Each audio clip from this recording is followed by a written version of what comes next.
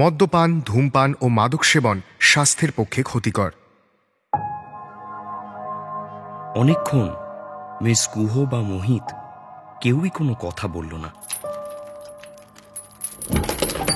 দরজা খোলার আওয়াজে নিস্তব্ধতা ভাঙল।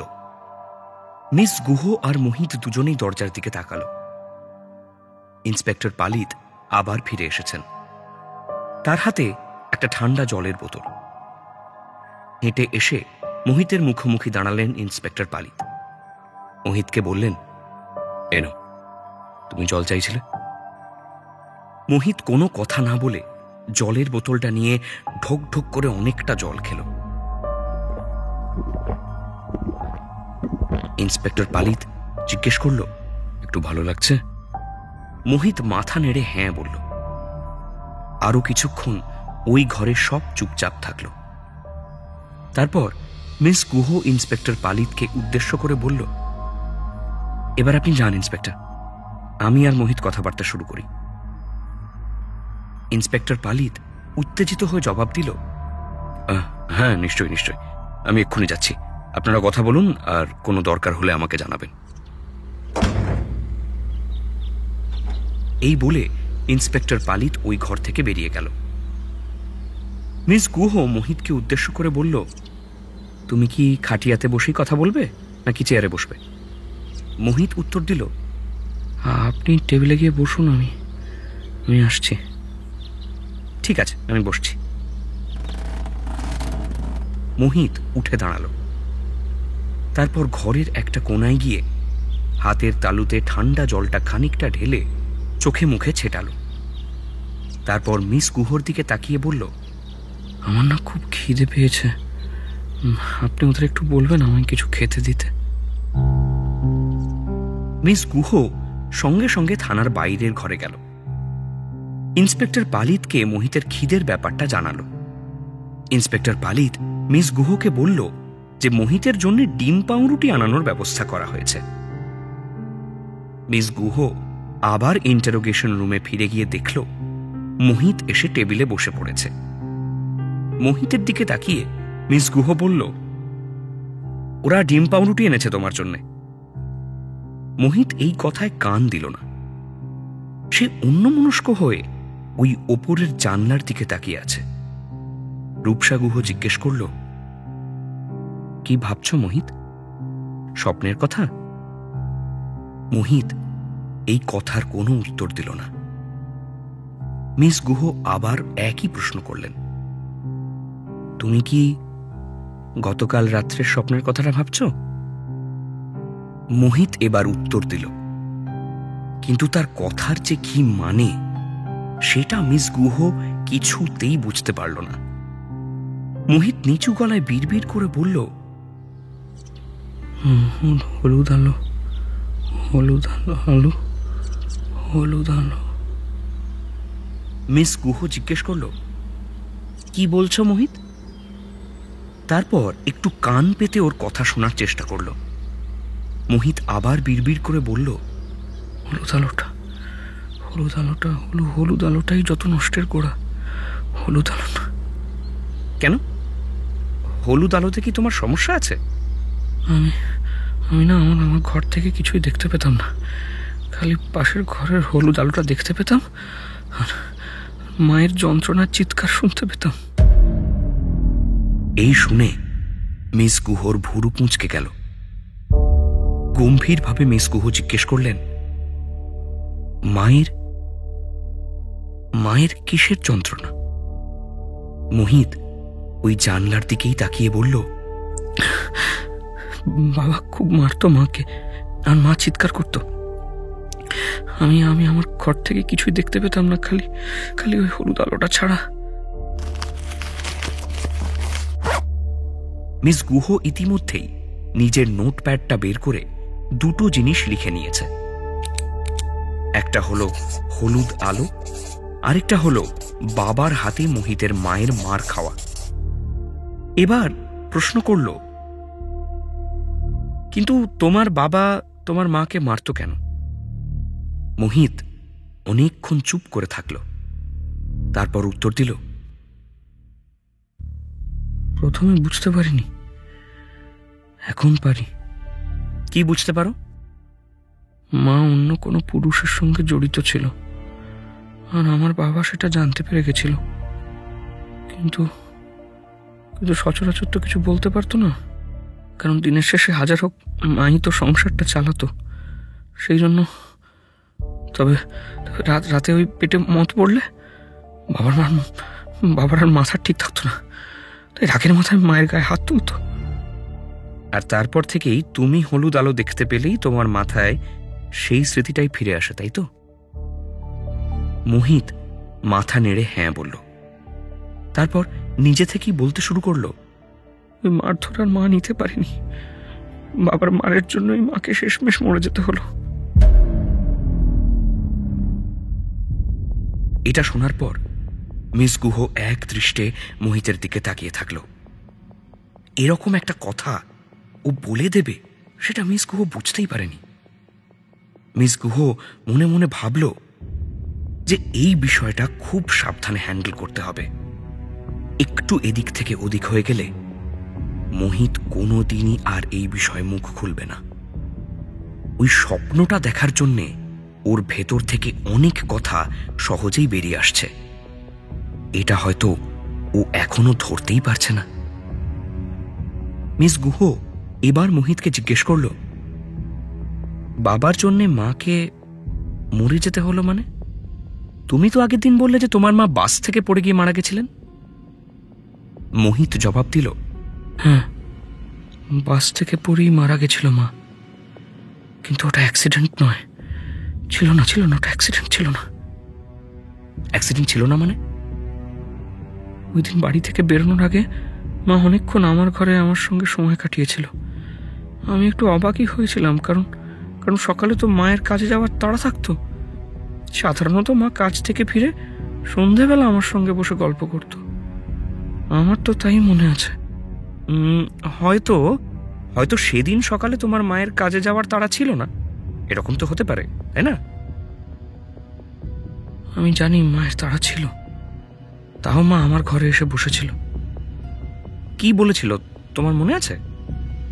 হ্যাঁ, পরিষ্কার মনে আছে। মিস গুহ চুপ করে গেল, কারণ সে বুঝতে পেরেছে যে মোহিত ওকে নিজে থেকেই সবটা বলবে। আর কোনো বাড়তি প্রশ্ন করার দরকার নেই। আর ঠিক তাই হলো। মোহিত চন্দ নিজে থেকেই বলতে শুরু করলো, মা সেদিন আমাকে বলেছিল যে কাছের মানুষেরা সারা জীবন কাছে থাকে না। জীবনের এই সত্যকে মেনে নিলে পরে কষ্ট কম হয়। মা আমাকে সেদিন অনেক আদর করেছিল।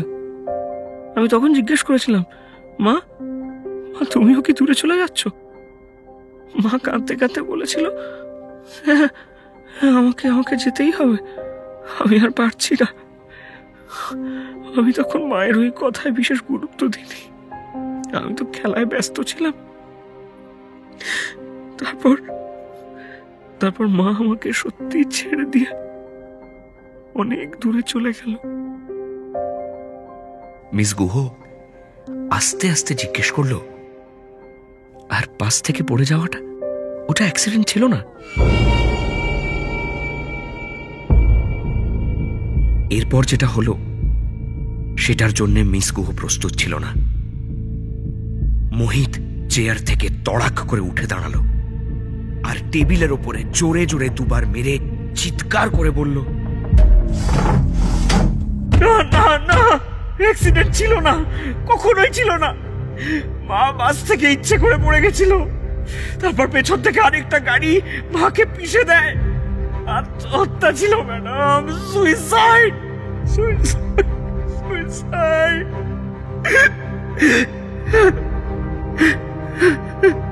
মোহিত এতটাই জোরে চিৎকার করেছিল যে পাশের ঘর থেকে ইন্সপেক্টর পালিত সেটা শুনতে পেয়েছিল।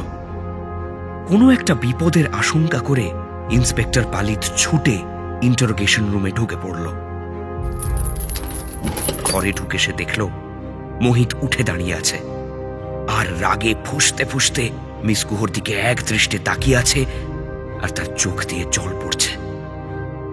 ইন্সপেক্টর পালিত মোহিতকে উদ্দেশ্য করে বেশ কড়া গলায় বলল, কি হলোটা কি মোহিত?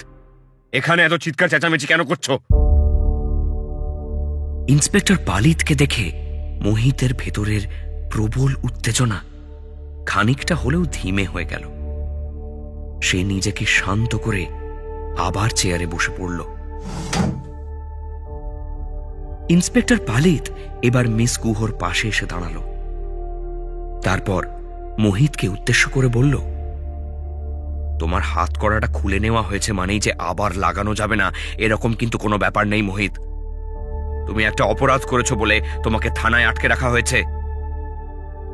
মাছের বাজার নয় যে নিজের ইচ্ছে মতো তুমি হাঙ্গামা করতে পারবে। আরেকবার এরকম করলে কিন্তু ফল ভালো হবে না মোহিত। আমরা সবাই তোমাকে সাহায্য করতে চাইছি। সাহায্য করাটাকে কঠিন করে দিও না। ঠিক এই সময় মিস গুহ ইন্সপেক্টর পালিতের হাতটা চেপে ধরল।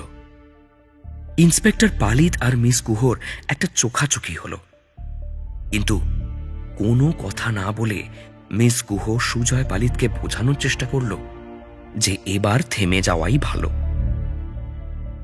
মিস গুহ হয়তো শুধু চোখাচোখির ভাষায় ভরসা করতে পারল না বলেই মুখেও বলে উঠল, আমার মনে হয় মোহিত আপনার কথা বুঝতে পেরেছে ইন্সপেক্টর, আর ও কেন উত্তেজিত হয়ে গেছিল সেটা আমি জানি।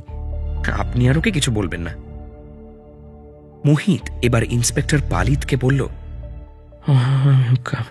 আমি ক্ষমা চেয়ে নিচ্ছি ইন্সপেক্টর, ওভাবে চিৎকার করা আমার উচিত হয়নি। আপনি যদি মনে করেন যে আমার হাতে আবার হাত কড়া লাগানো প্রয়োজন, আপনি তাই কোনো অসুবিধা নেই। ইন্সপেক্টর পালিত আবার একবার মিস গুহর দিকে তাকালো। মিস গুহ সজোরে মাথা নেড়ে না বলল। ইন্সপেক্টর পালিত মনে মনে ভাবল, ঠিক আছে, এইবারের জন্য ছেড়ে দেওয়াই যায়, কিন্তু পরের বার এই রকম করলে মোহিতের হাতে সে হাত কড়া পড়াবেই। পেছন থেকে হঠাৎ কানাই ইন্সপেক্টর পালিতকে ডেকে বলল, ডিম পাউরুটি এসে গেছে, আমি কি ওটার ভেতরে নিয়ে আসবো? ইন্সপেক্টর জবাব দিল, হ্যাঁ এসো। কানাই ইন্টারোগেশন রুমের ভেতরে ঢুকলো, এক প্লেট ডিম পাউরুটি টেবিলের ওপর রাখলো, তারপর কোনো কথা না বলে আবার বাইরে চলে গেল।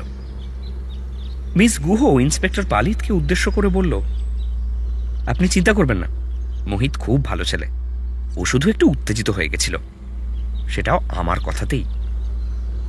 ইন্সপেক্টর পালিত কিছু একটা বলার জন্যে মুখ খুলছিল, কিন্তু কি একটা মনে হতে আবার মুখ বন্ধ করে দিল। মিস গুহ আবার বলল, আপনি একটু বাইরে গিয়ে বসুন, মোহিতের সঙ্গে আমি আলোচনাটা সেরে নিই।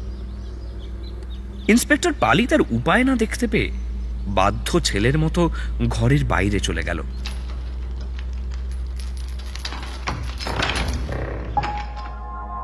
বাইরে থেকে দরজা লক হওয়ার আওয়াজ শোনা গেল। মোহিত করুণ গলায় মিস গুহকে বলল, আমি আপনার কাছে ক্ষমা চেয়ে নিচ্ছি ম্যাডাম, আমার ওভাবে রিয়্যাক্ট করা একেবারেই উচিত হয়নি। মিস গুহ জবাব দিল, না না, পুরো দোষটা যে তোমার নয়, আমি তো তোমার মায়ের মৃত্যুর বিষয়টা ধরতে সময় নিয়েছি, আমার আগেই বোঝা উচিত ছিল। মোহিত অন্যমনস্ক হয়ে গেল, তার দৃষ্টি আবার ফিরে গেল ঘরের ওই একমাত্র জানলাটার দিকে। মিস গুহ নিজেও অনেক কিছু ভাবছে, তার আঙুল দিয়ে পেন ঘোরানো দেখেই সেটা বোঝা যাচ্ছে। হঠাৎ মিস গুহ একটা প্রশ্ন করল, আচ্ছা মোহিত, তোমার বেড়াল বেশি ভালো লাগে না কুকুর? মোহিত সঙ্গে সঙ্গে উত্তর দিল, কুকুর। আর বেড়ালের ব্যাপারে তোমার কি মনে হয়? আমার বেড়াল খুব অপছন্দ। কিন্তু কেন? বেড়ালদের ভরসা করা যায় না ম্যাডাম, ওরা আজকে এর বাড়ি থেকে খাবার আদায় করে, পশু ওর বাড়ি থেকে। ওটা বাঘের মাসি, ওদের পোষ মানানো সম্ভব নয়। তাই তুমি ওদের মেরে ফেলতে, তাই তো? এই কথায় মোহিতের যে একটা জোর ধাক্কা লেগেছে সেটা বোঝা গেল। কারণ কথাটা বলার সঙ্গে সঙ্গে মোহিত জানলা থেকে চোখ সরিয়ে মিস গুহর দিকে তাকালো। তার দৃষ্টিতে কোনো অন্যমনস্ক ভাব নেই, তার চাহনি স্থির। মিস গুহ আবার জিজ্ঞেস করল, আমি ঠিক বলছি তো মোহিত?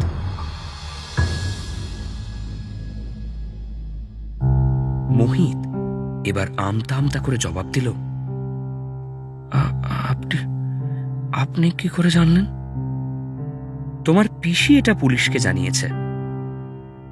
মোহিতের মুখের ভাব দেখে মনে হলো যে সে এবার একটা হিসেব মেলাতে পেরেছে।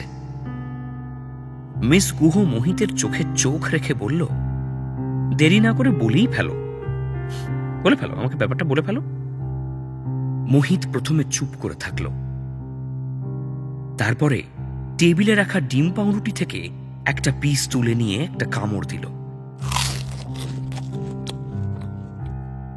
কামড়টা দিয়ে সে একটা দীর্ঘশ্বাস ছাড়ল। তার যে অনেকটাই খিদে পেয়েছিল সেটা মিস গুহ ভালো করেই বুঝতে পারল। আরেকটা পাউরুটির পিস গোগ্রাসে গিলে নিয়ে অবশেষে মোহিত বলতে শুরু করল,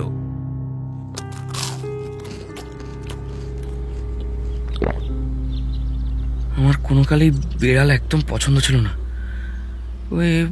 ওই বাড়ির মাছ চেটে দিয়ে চলে যেত, ওই বাড়ির বারান্দায় হিসু করে দিয়ে চলে যেত। এরকম প্রাণীকে না পছন্দ হওয়াটা তো খুব স্বাভাবিক, তাই না? কিন্তু আমাদের বাড়িতে প্রচুর বিড়াল আসতো, কারণ মা বিড়াল খুব ভালোবাসতো, আর মা বিড়াল ভালোবাসতো বলে আমিও কোনো আপত্তি করতাম না। তবে মা মারা যাওয়ার পর আমরা তো পিসির বাড়ি চলে গেলাম, তখন আমার এই বিড়ালের প্রতি ঘেন্না দ্বিগুণ হয়ে গেল। মিস গুহ ভুরু কুঁচকে প্রশ্ন করল, ঘেন্না থেকে সোজা হত্যা? হ্যাঁ, হত্যা। আমি যদি পিসির বাড়ির পাড়ার বিড়ালগুলোকে না মারতাম, আমার কোনোদিনও রাতে শান্তির ঘুম আসতো না। মানে?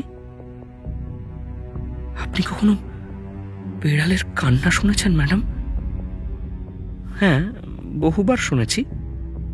কি বিভৎস না? হ্যাঁ, ওটা খুব একটা শ্রুতিমধুর নয়, সেটা আমি মানছি। আর সবচেয়ে অদ্ভুত বিষয় কি জানেন?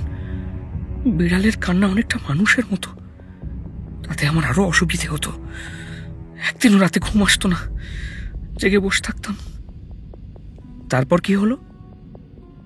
তারপর আমি একটা চূড়ান্ত সিদ্ধান্ত নিলাম, সব কটা বিড়ালকে খুঁজে খুঁজে মারতে শুরু করলাম। আমার এটাই লক্ষ্য ছিল যে আমার পাড়া থেকে ওই বিড়ালদের উপদ্রব আমি একেবারে শেষ করে দেব। আমার পাড়াকে আমি বিড়ালদের উপদ্রব থেকে মুক্ত করে দেব।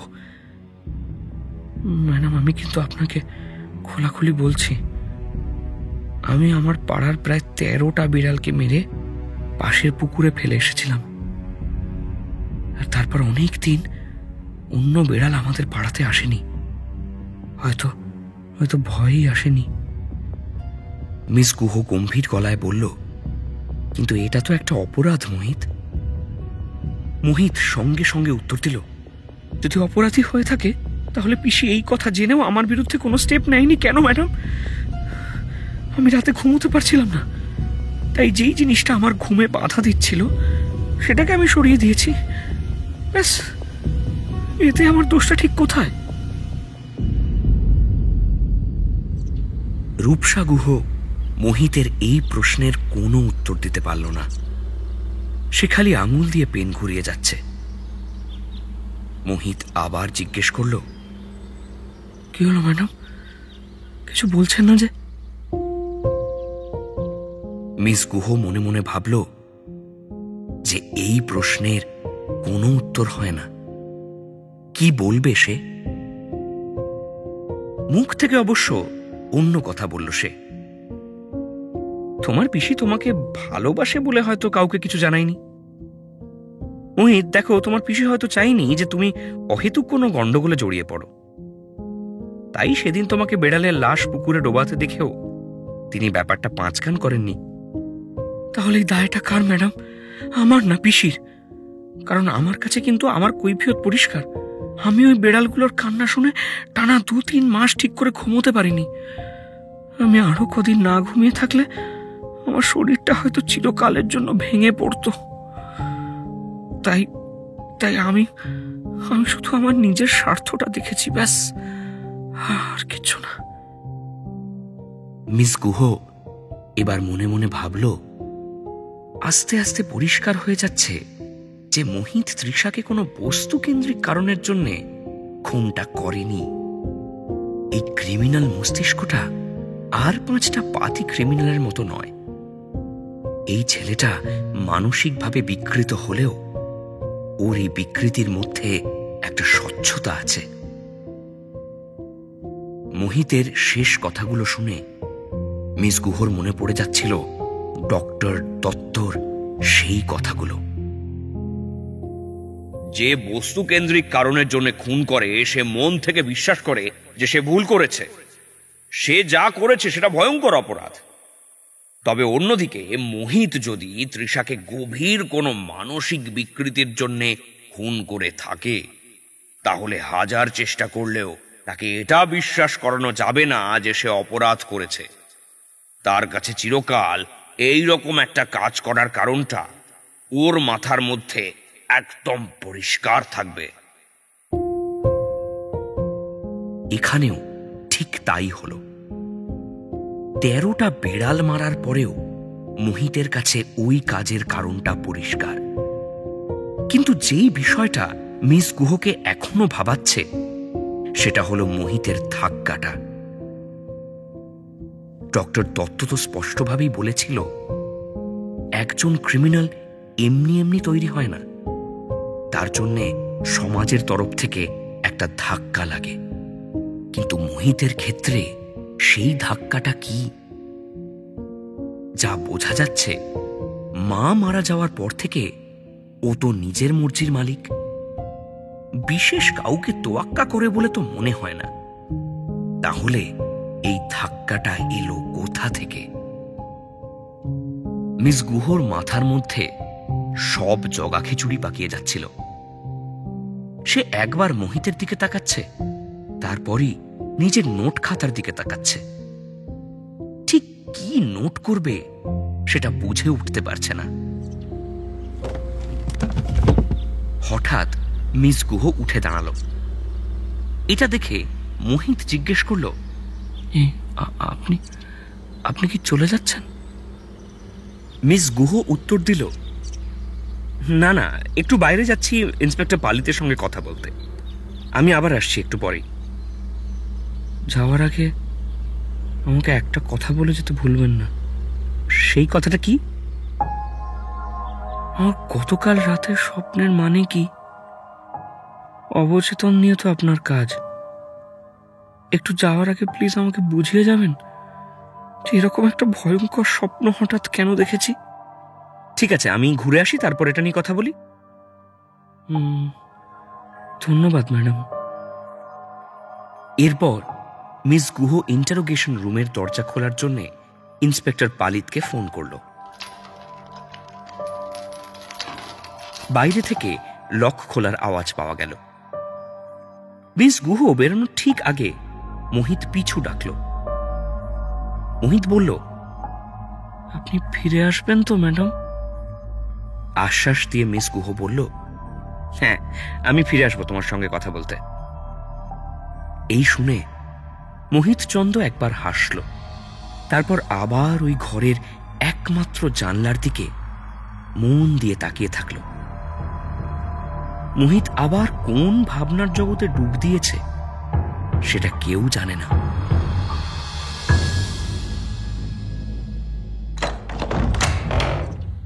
মিস গুহ বাইরে আসতেই ইন্সপেক্টর পালিত জিজ্ঞেস করল, আপনাকে এত চিন্তিত দেখাচ্ছে কেন ম্যাডাম? মিস গুহ অন্যমনস্কভাবে উত্তর দিল, ওর নিজের মাথাটা এত পরিষ্কার যে আমাকেই উল্টেও ঘেঁটে দিচ্ছে। কিন্তু ওর যে খুব গভীর মানসিক বিকৃতি আছে সেটা নিয়ে আমি নিশ্চিত। ব্যাস, তাহলে তো আপনার কাজ শেষ। এটা যাচাই করতেই তো আমি আপনাকে ডেকেছিলাম। না না না না, এখন কিছুতেই কাজ শেষ হতে পারে না। আমাকে জানতে হবে যে ও তৃষাকে কেন খুন করেছে। আচ্ছা, আগে আগে আপনি বসুন, একটু কফি বলি। হ্যাঁ বলুন। এই শুনে ইন্সপেক্টর পালিত কানাইকে ডাকল, একটা চা আর একটা কফি আনতে পাঠালো। তারপর ইন্সপেক্টর পালিত বলল, দেখুন মিস গুহ, মানসিক বিকৃতির ব্যাপারটার জন্যই কিন্তু আমি আপনাকে ডেকে এনেছিলাম। বলা ভালো, আপনাকে পুলিশের তরফ থেকে নিয়োগ করা হয়েছিল এই কারণেই। এই মানসিক বিকৃতির বয়ান উপর মহলে গেলে বাকিটা ওরাই বুঝে নেবে। আপনি বলুন, কতদিন এই হাই ভোল্টেজ ক্রিমিনাল নেতাজিনগর থানায় পড়ে থাকবে? ওকে তো এবার অন্য কোথাও পাঠাতে হবে। মিস গুহ উত্তেজিত হয়ে বলতে শুরু করলো, শুনুন ইন্সপেক্টর, আপনি যদি এখন ওকে অন্য কোথাও পাঠিয়ে দেন তাহলে আমার কাজটা অসম্পূর্ণ হয়ে থেকে যাবে। মোহিতের সঙ্গে সবে সবে আমি ভাব জমাতে পেরেছি। ও আমাকে অনেক কথা বলেছে যেটা ও আগে কাউকে বলেনি। এই সময়ে যদি ও ফসকে বেরিয়ে যায় তাহলে কিন্তু ও চিরকালের মতো গুটিয়ে যাবে। ও খুনটা করার পর মানসিকভাবে দুর্বল আছে। তার প্রধান কারণ হলো ও নিজের কাছেই পরিষ্কার নয় ও খুনটা কেন করেছে। এখনো ও দ্বন্দ্বে আছে।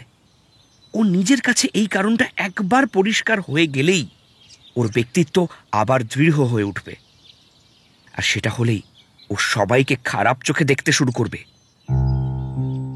ইন্সপেক্টর পালিত যে মিস গুহর অর্ধেক কথা বুঝতে পারেনি সেটা ওনার মুখ দেখে ভালো করেই বোঝা যাচ্ছে। ইন্সপেক্টর পালিত একটু গলা খাঁকড়ে বলল, দেখুন, আপনি ভুলে যাচ্ছেন যে আমি একজন সাধারণ ইন্সপেক্টর। মনস্তত্ত্বের এত জটিল কথা আমি বুঝি না। আর কয়েকদিন গেলেই ওপর থেকে তুমুল চাপ আসবে আর আমাকে মোহিতচন্দ্রকে লালবাজারের হাতে ছেড়ে দিতে হবে। মিস গুহ একটু ভেবে বলল, তার মানে আমাদের হাতে আরো কয়েকদিন সময় আছে, তাই তো?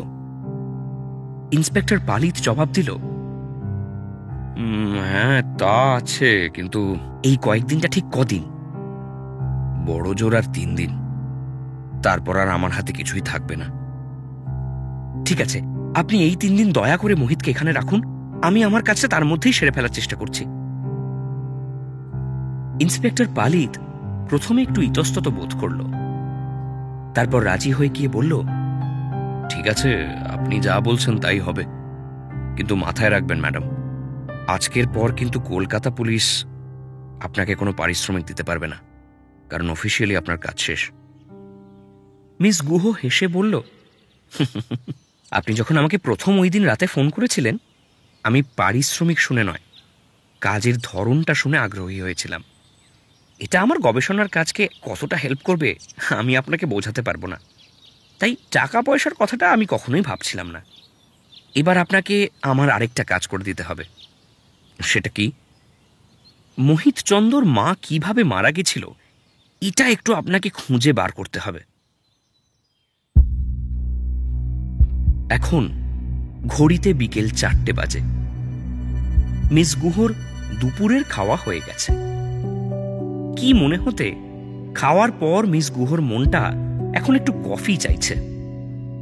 সে জানে যে ভাত আর মুরগির মাংসর ঝোল খাওয়ার পর হঠাৎ কফি খাওয়াটা মোটেও কাজের কথা নয়, কিন্তু দিনের শেষে মিস গুহ একজন সাইকোলজিস্ট। মাথা নিয়েই ওনার কারবার, আর অন্যের মাথার জট ছাড়াতে গেলে নিজের মাথাটা জলের মতো পরিষ্কার রাখাটা খুব দরকার। ঠিক এই কারণের জন্যে মিস গুহর মাথা ওর কাছে যা আবদার করে মিস গুহ চেষ্টা করে সেই চাওয়া পূরণ করবার। এই জন্যে মাংস ভাত খাওয়ার পর কালো কফি খাওয়াটা বিদঘুটে শোনালেও এখন মিস গুহ রান্নাঘরে পৌঁছে গেছে।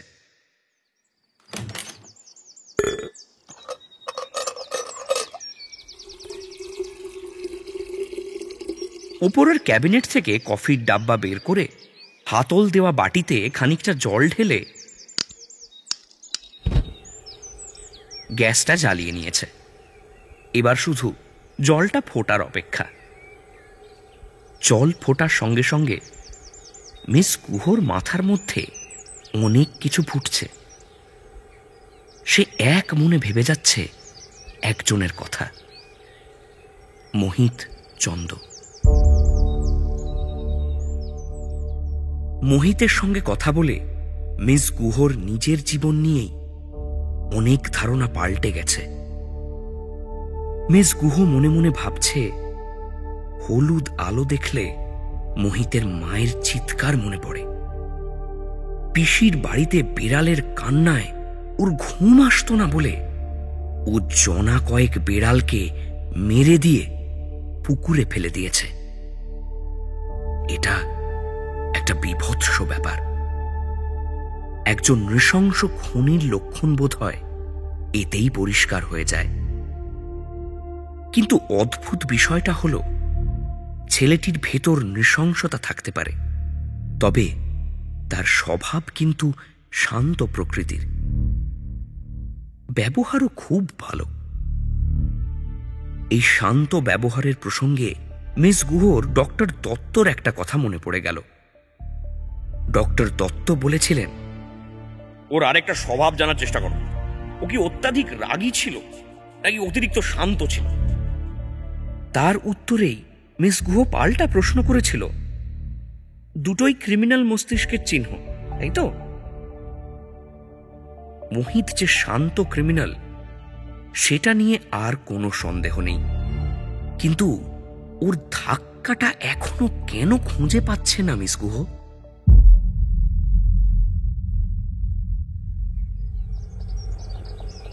রূপসা গুহ রান্নাঘরের স্ল্যাবে রাখা নুনের কৌটোটার দিকে অন্যমনস্কভাবে তাকিয়েছিল। তার ভাবুক চোখ দুটোর সামনে হঠাৎ অনেকটা ধোঁয়া দেখতে পেয়ে তার তন্দ্রা ভাঙল। গ্যাসের ওপর বসানো জলের প্রায় অর্ধেকটাই বাষ্প হয়ে উড়ে গেছে। মিস গুহ সেই দিকে লক্ষ্য রাখেনি। নিজের ভাবনার জগৎ থেকে বেরিয়ে এসে সে তাড়াতাড়ি গ্যাসটা বন্ধ করল। বড় কাপের হাফ কাপ ভরল, বাকিটা উবে গেছে। কি মনে হতে মিস গুহ কফির কাপটা নিয়ে স্টাডি টেবিলের সামনে গিয়ে দাঁড়ালো। কাপটা টেবিলের ওপর রেখে চেয়ার টেনে বসল। ওই টেবিলের ওপরেই ওর নোটের খাতাটা রাখা ছিল। মিস গুহ মনে মনে ভাবল, সে খুব বুঝে শুনে কয়েকটা পয়েন্ট লিখেছে। মোহিত চন্দ্রর ব্যাপারে যা প্রশ্ন তার মাথায় ঘুরছে তার সবকিছুর উত্তরই সেই নোট বইয়ের পয়েন্টসগুলোয় লেখা আছে। আর যদি না থাকে তাহলে এটা প্রমাণিত হবে যে তার অ্যানালিসিসে ভুল হচ্ছে। স্টাডি টেবিলের একপাশে ওই বেঁটে ঘড়িটা টিক টিক করে সময়ের জানান দিতে থাকল। এখন সেই ঘড়িতে 4:30 বাজে। মিস গুহর চোখগুলো পাল্টে যাচ্ছে। তার চোখে কিছু একটা জানার অসম্ভব একটা খিদে জন্ম নিয়েছে। তার মাথায় খালি এটাই ঘুরছে যে আর মাত্র 3 দিন সময় আছে, মাত্র 3 দিন। যখন মিস গুহ ওই টেবিল থেকে উঠল তখন টেবিল ঘড়িতে 5:30 বাজে। এই 1 ঘন্টায় মিস গুহ আর কিচ্ছু করেনি। ওই নোটের খাতা, যেটার খালি 4টে পাতা ভর্তি, সেটা পাগলের মতো উল্টে পাল্টে দেখছিল। কিন্তু ওই 1 ঘন্টায় কিছু একটা বদলে গেছে, আর বদলটা এসেছে মিস গুহর চোখে। দেখে মনে হচ্ছে ওই চোখ দুটোর খিদে কোনো একটা ভাবে মিটে গেছে। কোনো একটা উত্তর ওই 4 পাতা নোটস থেকে রূপসা গুহ পেয়ে গেছে।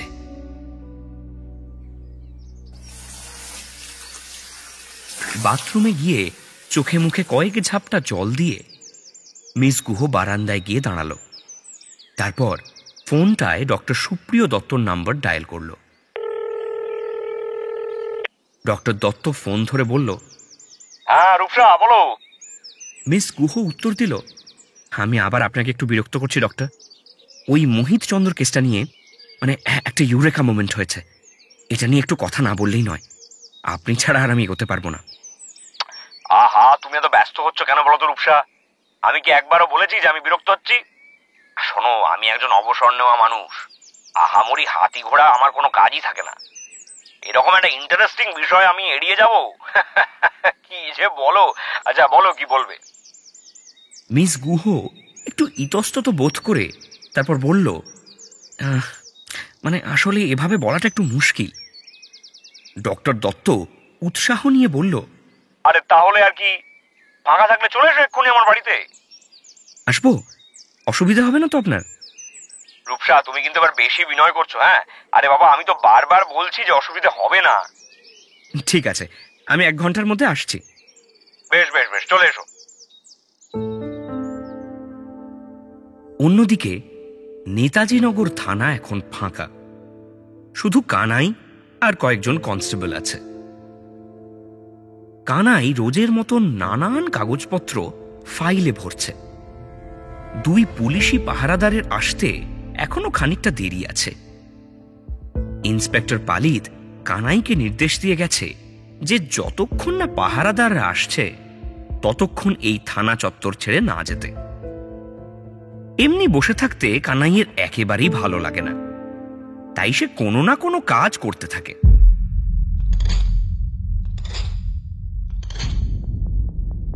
হঠাৎ কানাই একটা আওয়াজ শুনতে পেল। আওয়াজটা যে খুব জোরে হচ্ছে তা কিন্তু নয়, একটা খুব সূক্ষ্ম আওয়াজ, তবে চারপাশটা কিন্তু সে অর্থে নির্জন। কানাই একটু কান বাড়িয়ে শোনার চেষ্টা করল। সে নিশ্চিত হয়ে গেল যে আওয়াজটা ওই ইন্টারোগেশন রুম থেকেই আসছে। কিন্তু এটা কিসের আওয়াজ? কানাই এবার চেয়ার থেকে উঠে ইন্টারোগেশন রুমের দরজার সামনে এসে দাঁড়ালো। কানটা দরজায় লাগিয়ে স্পষ্ট একটা আওয়াজ শুনতে পেল। ব্ল্যাক বোর্ডে চকের ঘষা লাগলে যেরকম আওয়াজ হয়, খানিকটা সেরকম, কিন্তু এই ঘষাটা কোনো একটা মজবুত জিনিসে লাগছে। আর ধৈর্য ধরে না রাখতে পেরে কানাই চাবি খুলল। গিয়ে একটা অদ্ভুত দৃশ্য দেখল। মোহিত ঘরের এক কোণায় মাটিতে বসে আছে। ঘরে কোনো আলো জ্বলছে না।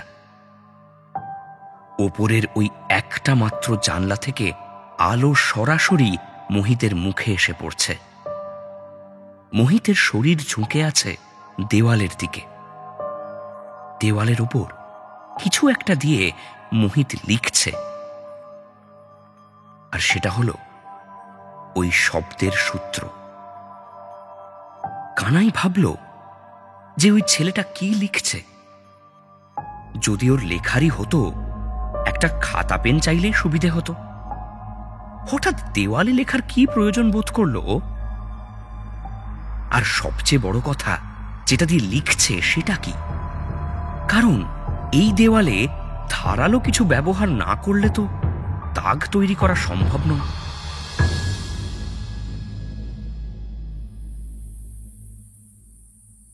যখন মিস গুহ ডক্টর দত্তর বাড়ি পৌঁছল, তখন সন্ধে 6:15 বাজে।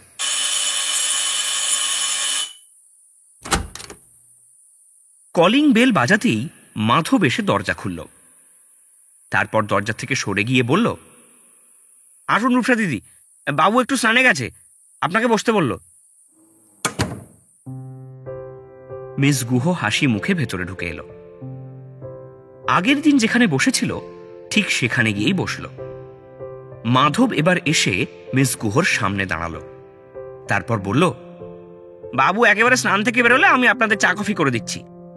আর বাবু আমাকে বলেছে যে যদি আজকে রাত্রে আপনি এখান থেকে ডিনার করে না যান তাহলে আমার চাকরি চলে যাবে। এটা শোনার পর মাধব আর মিস গুহ দুজনেই হাসতে শুরু করলো। মিস গুহ মাধবকে আশ্বাস দিয়ে বলল, আমি কথা দিচ্ছি যে তোমার চাকরি নিয়ে কোনো টানা হেঁচড়া হবে না। আমি আজকে তোমার হাতের খাবার খেয়েই বাড়ি ফিরব। মাধব এই শুনে খুশি হয়ে রান্নাঘরের দিকে চলে গেল। 10 মিনিট পর ডক্টর দত্ত বাথরুম থেকে বেরিয়ে এলেন। বসার ঘরে মিস গুহকে দেখতে পেয়ে এক গাল হাসলেন। তারপর বললেন, এই তো একটু দাঁড়াও, আমি ঘর থেকে চেঞ্জ করে আসছি। রূপসা গুহ মাথা নেড়ে সম্মতি জানালো। বাড়িতে পড়ার হালকা জামাকাপড় পরে ডক্টর দত্ত মিস গুহর মুখোমুখি বসলেন। তারপর বললেন, কাজের কথা শুরু হওয়ার আগে বলো কি খাবে, রাম না উইস্কি? মিস গুহ জবাব দিল, তালিকায় চা বা কফির কোনো স্থান নেই বলছেন? না, একদম নেই, আজকে তো নেই। আগের দিন তো তোমাকে আমি জোর করিনি। তাই বলে তুমি রোজ রোজ পার পেয়ে যাবে এমনটা কিন্তু হতে পারে না। আমাদের এই কথাবার্তার স্পিরিট জাগিয়ে রাখার জন্য একটু অন্য স্পিরিট তো প্রয়োজন, নাকি?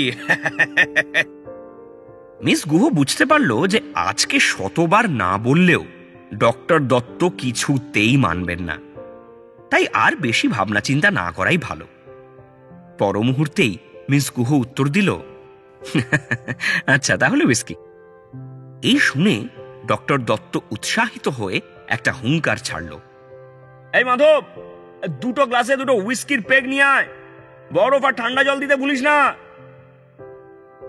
মাধব রান্নাঘর থেকে উত্তর দিল, ঠিক আছে বাবু, আমি নিয়ে আসছি। এবার বেশ সিরিয়াস মুখে ডক্টর দত্ত মিস গুহর দিকে তাকালো, তারপর বলল, হ্যাঁ এবারে কাজের কথা বলো রূপসা। তুমি মোহিতের কেসটার পরিপ্রেক্ষিতে একটা ইউরেকা মোমেন্টের কথা বলেছিলে না? হ্যাঁ বলছিলাম, কিন্তু আমার স্টাডিটা ঠিক আছে কিনা সেটা আপনাকে একবার যাচাই করে দেখতে হবে। আগে শুনি না তোমার কি বক্তব্য, তুমি নতুন কি খুঁজে পেলে, তারপর না হয় যাচাই করার প্রশ্ন আসবে। মিস গুহ জবাব দিল, আপনি যেই ডিরেকশনটা আমাকে দেখিয়েছিলেন আমি সেই ডিরেকশনেই যাওয়ার চেষ্টা করেছি। আপনি বলেছিলেন এটা খুঁজে বার করতে যে মোহিতের কোনো পাস্ট ক্রিমিনাল রেকর্ড আছে কিনা। ডক্টর দত্ত মাঝখান থেকে প্রশ্ন করল, আছে কি? হ্যাঁ আছে, মোহিত চন্দ্র রেকর্ড এমনি পরিষ্কার, শুধু ইন্টারেস্টিং বিষয়টা এটাই যে ও 12-13টা বেড়ালকে খুন করে নিজের পিসির বাড়ির পাশের পুকুরে ফেলে দিত। বেড়ালকে খুন? হ্যাঁ ঠিকই শুনছেন। মোটিভ? বেড়ালের ওই রাতের কান্না মোহিতের মানুষের কান্নার মতো লাগত। রাতে ঘুম হতো না, তাই ওর গোটা পাড়াকে বেড়াল মুক্ত করার সিদ্ধান্ত নিয়েছিল। মোহিত বলতো মোটিভ বলতে ওই রাতের ঘুম, ব্যাস এইটুকুই। ডক্টর দত্ত এটা শুনে কিছুক্ষণ চুপ করে থাকলেন, তারপর প্রশ্ন করলেন, ধাক্কাটা খুঁজে পেলে কি? মিস গুহ জবাব দিল, মনে হয় পেয়েছি। শুনে কি খুঁজে পেয়েছ? মোহিতের ছোট থেকে একটা ধারণা জন্ম নিয়েছে যে সমাজ ওর মাকে বা মা স্থানীয় লোকজনকে ওর থেকে কেড়ে নিতে চাইছে। তার মানে তুমি বলতে চাইছো যে মোহিত মাতৃত্বের ছোঁয়া এবং ভালোবাসা এই দুটোকে চিরকাল খুঁজে বেরিয়েছে, কিন্তু কেউ ওকে ওর মায়ের মতো করে ভালোবাসতে পারেনি, তাই তো? হ্যাঁ ঠিক তাই। কিন্তু তাহলে এটার পেছনে কারণটা আমাকে বলো। মানে মাদার কমপ্লেক্স কিন্তু কোনো সিরিয়াস মনস্তাত্ত্বিক কন্ডিশন নয়, এটা এখনকার দিনে খুব কমন বলতে পারো। মায়েরা ছেলেদের অতটা সময় দিতে পারে না যেটা আগে দিতে পারত। মায়েদের বাইরে কাজ করতে হয়, রোজগার করতে হয়। সেই ক্ষেত্রে একজন সন্তান, বলা ভালো পুরুষ সন্তান, তারা তো মায়ের অভাবটা অনুভব করবেই। এটার কারণেই হঠাৎ করে একজন অপরাধী জন্ম নিল কেন?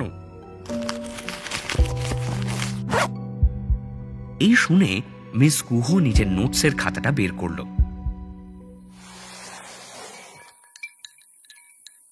এদিকে মাধব ট্রেতে করে 2 পেগ হুইস্কি নিয়ে হাজির হল। এই দেখে ডক্টর দত্ত রূপসাকে বলল, ওরে বাবা, তোমার ওই কঠিন নোটসে মাথা দেওয়ার আগে একটু চুমুক মেরে নাও। ওফ, শোনো, শুকনো মাথায় একটু সার পাবে এটা খেলে, খাও খাও খাও। ডক্টর দত্তর কথা মতো মিস গুহ হুইস্কির গ্লাসে একটা চুমুক দিল।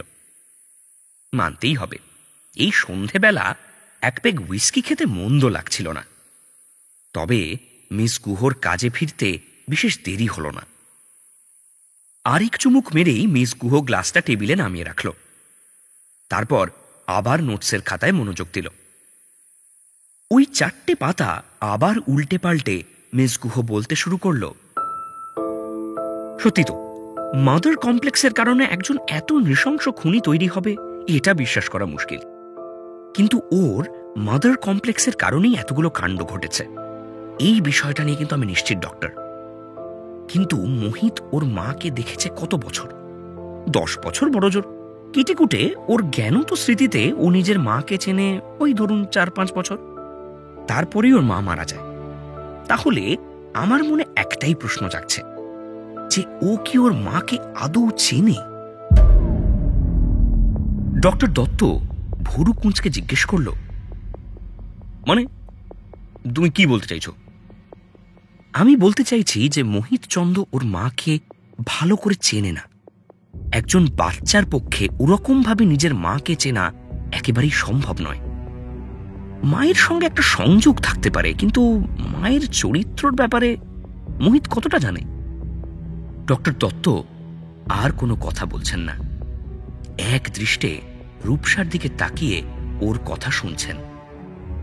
রূপসা গুহ আবার বলল, মোহিতের মাথার মধ্যে ওর মাকে নিয়ে একটা খুব দৃঢ় ধারণা আছে, কিন্তু সেই ধারণাটা সত্যি নয়। কেউই তো আর পারফেক্ট হতে পারে না, তবে মোহিতের কাছে ওর মা একেবারে পারফেক্ট। আর ওর মায়ের মৃত্যুর পর এই পারফেক্ট মাতৃত্বের ধারণা মোহিতকে তাড়া করে বেড়াচ্ছে। মোহিত সেই মেয়েদেরই পছন্দ করত যারা তার এই মাতৃত্বের ধারণার সঙ্গে একটু হলেও তাল মিলিয়ে চলতে পারত। কিন্তু এই দৃঢ় ধারণার আশা কোনোদিনই বাস্তবে পূরণ হওয়া সম্ভব ছিল না।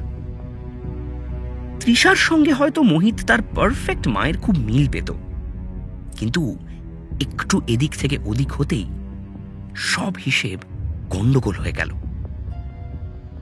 ডক্টর দত্ত চাপা গলায় প্রশ্ন করল, তাই বলে সোজা খুন? মিস গুহ আস্তে আস্তে উত্তর দিল, একটা ছোট বাচ্চার ইচ্ছের যে কি প্রবল শক্তি, সেটা নিয়ে নিশ্চয়ই আপনাকে নতুন করে বলতে হবে না ডক্টর। ডক্টর দত্ত অনেকক্ষণ হুইস্কির গ্লাসটা হাতে ধরে বসে থাকলেন। মিস গুহর কথা যে তাঁকে ভাবাচ্ছে সেটা নিয়ে কোনো সন্দেহ নেই। ডক্টর দত্ত অন্যমনস্কভাবে নিচের কার্পেটটার দিকে এক দৃষ্টে তাকিয়ে আছেন। কার্পেট থেকে দৃষ্টি না সরিয়েই ডক্টর দত্ত বললেন, পারফেক্ট মা, আর সেই পারফেক্ট মায়ের ধারণার সঙ্গে উঠে এসেছে মাদার কমপ্লেক্স। আচ্ছা, মোহিতের মা কিভাবে মারা যান? আগের দিন তুমি আমাকে কি একটা বলেছিলে জানো?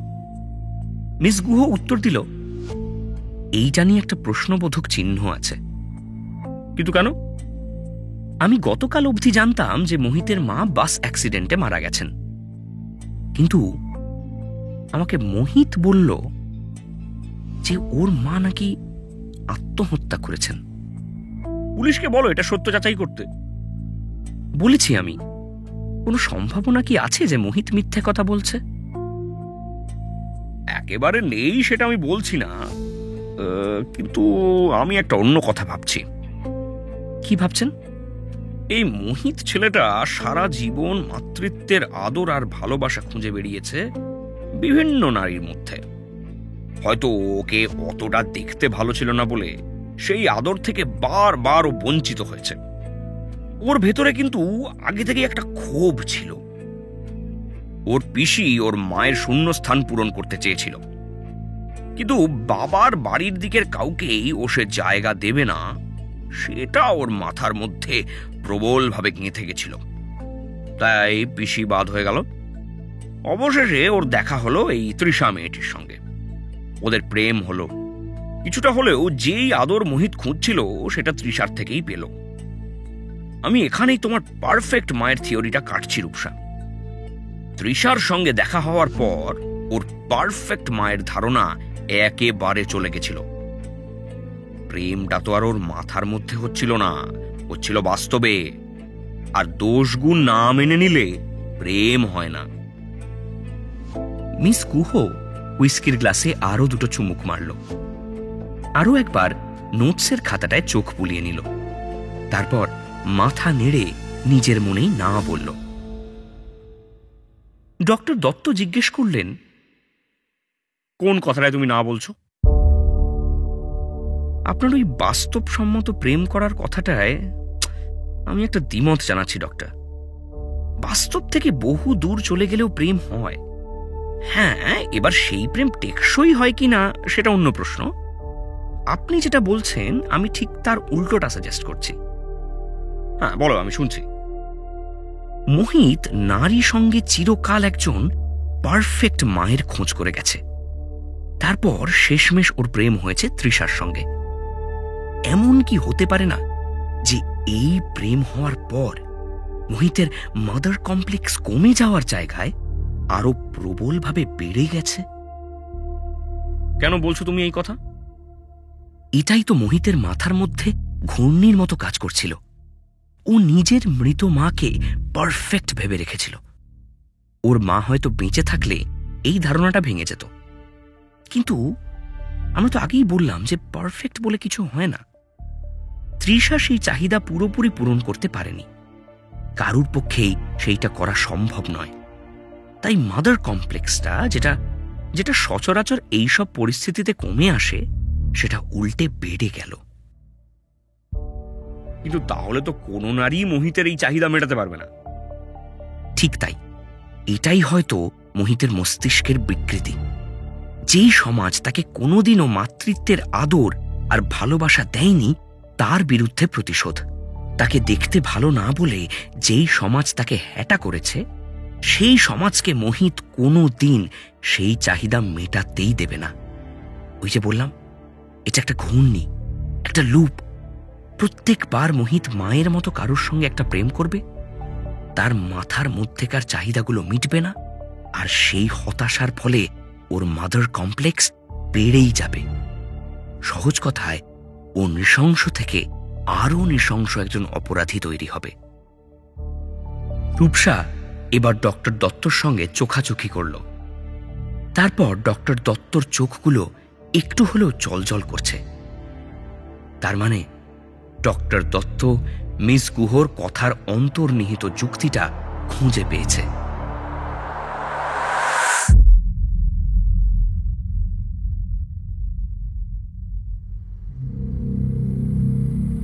অন্যদিকে নেতাজিনগর থানায় কানাই হাঁ করে তাকিয়ে আছে। ইন্টারোগেশন রুমের দরজা খোলা। মোহিত চন্দ দেওয়ালে দাগ কেটে যাচ্ছে। প্রথমে কিছুক্ষণ কানাই থম মেরে দাঁড়িয়েছিল, কথা বলে উঠতে পারছিল না। মনের সব সাহস এক করে কানাই বলে উঠল, মোহিতবাবু, এটা আপনি কি করছেন? মোহিত নিজের কাজ থেকে মনোযোগ সরিয়ে কানাইয়ের দিকে তাকালো। সে শুধু কানাইয়ের দিকে তাকিয়ে অদ্ভুতভাবে হাসল, কিন্তু মুখে কোনো কথা বলল না। কানাই আবার জিজ্ঞেস করল, মোহিতবাবু, আপনি দেওয়ালে ওটা কি করছেন? মোহিত এবার আস্তে আস্তে উত্তর দিল, আমার মাকে চিঠি লিখছি।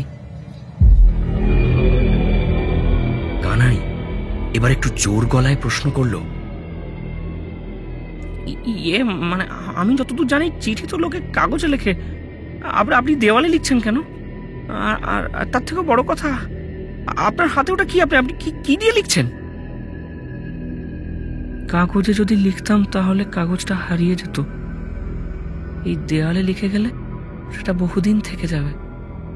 একদিন হয়তো মা এসে দেখতে পাবে আমি কি লিখেছি। কানাই এবার উত্তেজিত হয়ে জিজ্ঞেস করল, কিন্তু আপনার হাতে ওটা কি? আপনি কি দিয়ে দেওয়ালে দাগ কাটছেন? মোহিত শান্ত গলায় জবাব দিল, খোঁপার কাঁটা। আগের দিন মিস গুহ এটা টেবিলে ফেলে রেখে গেছিলেন, কাঁটাটা বেশ ধারালো, তাই সহজেই দেয়ালে দাগ কাটা যাচ্ছে। এই কথাটা শুনেই কানাই প্রথমে যেটা করল সেটা হলো নিজের পকেটে হাত দিয়ে দেখল পিস্তল আছে কিনা। কানাই কি খোঁজবার চেষ্টা করছে সেটা মোহিত বুঝতে পেরে বলল, আপনি এত বিচলিত হবেন না কানাই বাবু, আমি এই কাঁটা শুধু লেখার জন্যই ব্যবহার করছি, আমি আপনার কোনো ক্ষতি করতে চাই না। কানাই জবাব দিল, যদি ক্ষতি না করতে চাও তাহলে চুপচাপ ওই কাঁটাটা আমাকে দিয়ে দাও। মোহিত স্পষ্ট শান্তভাবে বলল, না, এটা এখন আপনাকে দিতে পারবো না, চিঠি লেখাটা শেষ করে নি, তারপর নিশ্চয়ই দেব। এভাবে হয় না মোহিত বাবু, আপনি একজন দাগী ক্রিমিনাল, এরকম একটা ধারালো জিনিস আমি আপনাকে রাখতে দিতে পারি না। মোহিত এটা শুনে হঠাৎ খুব রেগে গেল। সে যেরকম ভাবে সেদিন মিস গুহর ওপর চিৎকার করেছিল সেই একই গলায় বলল, আপনি কি পারেন বা না পারেন তাতে আমার বয়ে গেছে। আমি এই দেয়ালে মাকে চিঠি লিখছি। এই লেখা শেষ না করে এই কাঁটা আমি দেব না। আর বেশি জোরাজোরি করলে কিন্তু এই কাঁটা আমি আপনার বুকে বসিয়ে দেব। এখানে দাঁড়িয়ে থাকবেন না, আমি লিখতে পারছি না।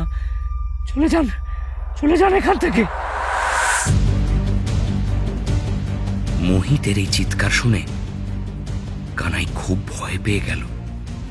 এতদিন চোর, পকেটমার এরা এই থানায় আসতো, এখন এই ঘরে বসে আছে একজন ভয়ানক খুনি। কানাই ঘরের দরজাটা দুম করে বন্ধ করল। ওর হাত কাঁপছে। ওই কাঁপা কাঁপা হাতে ও ফোন বের করে ইন্সপেক্টর পালিতের নাম্বারটা ডায়াল করল। সুজয় পালিতকে এক্ষুনি এটা জানানো দরকার।